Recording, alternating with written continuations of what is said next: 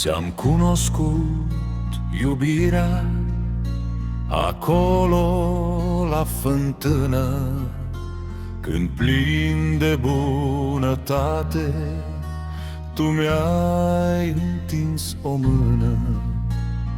Mi-ai spus atunci ce nimeni nu mi-a mai spus vreodată. Văzut am căci tu, Doamne, îmi știi viața toată.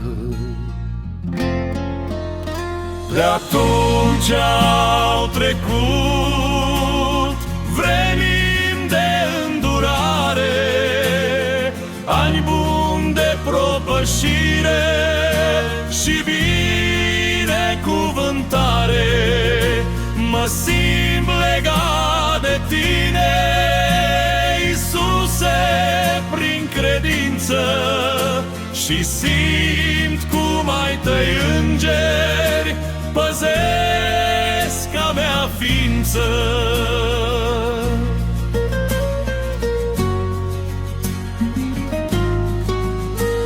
Tu faci ca să răsară al dimineții soare, și orice zi cu tine e zi de sărbătoare.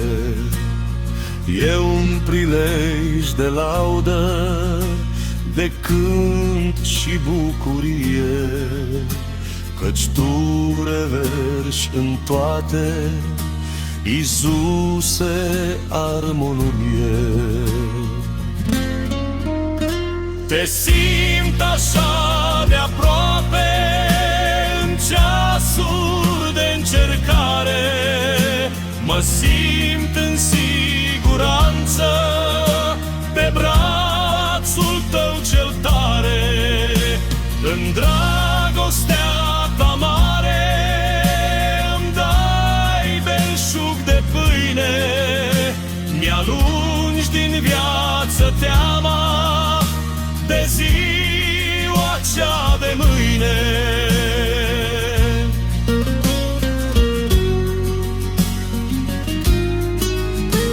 Te simt în bucurie,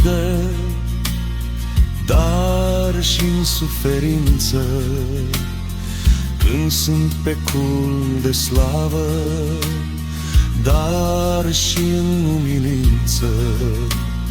Se întunecă tot cerul când îți ascunzi privirea, căci mă cufund în noapte de nu-ți simt iubirea.